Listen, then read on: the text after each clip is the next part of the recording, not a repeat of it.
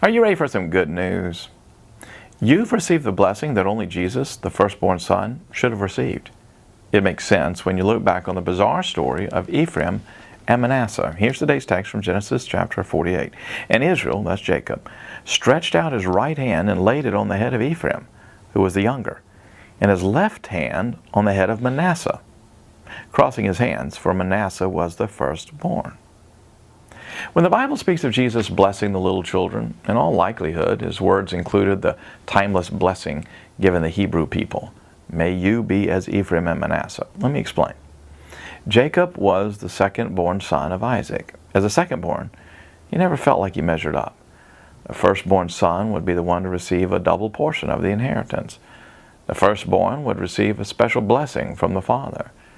Feeling unblessed, Jacob spent his life striving, conniving, manipulating. His deceptive desperation reached its pinnacle when Jacob literally pretended to be his brother Esau. And Jacob tricked his old blind father into releasing the blessing and inheritance to him, the younger. Esau was distraught and besieged with murderous thoughts towards Jacob, who fled and lived on the run. Jacob had 10 sons before his beloved wife Rachel gave birth to Joseph. Demonstrating the poverty of his parenting skills, Jacob showed unabashed favoritism towards Joseph. The jealous brothers sold Joseph into slavery and led their father to believe that a wild animal had devoured Joseph.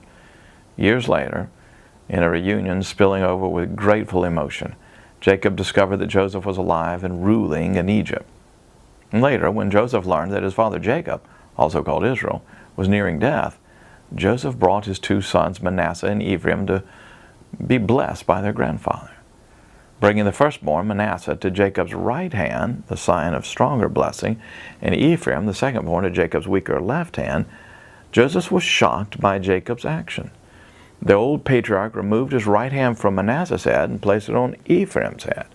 And crossing his arms, he placed his left hand on the firstborn, Manasseh's head. Joseph protested and tried to correct the hand positioning, but Jacob refused and declared essentially, "I know what I'm doing." Jacob had been blessed like a firstborn because he stole it. But now, looking backward, he saw how the mercy of God had always been upon him, though he'd never deserved such blessing. So with resolute promise, Jacob blessed the undeserving secondborn, demonstrating that he finally understood grace. It all points to the beauty and power of the cross.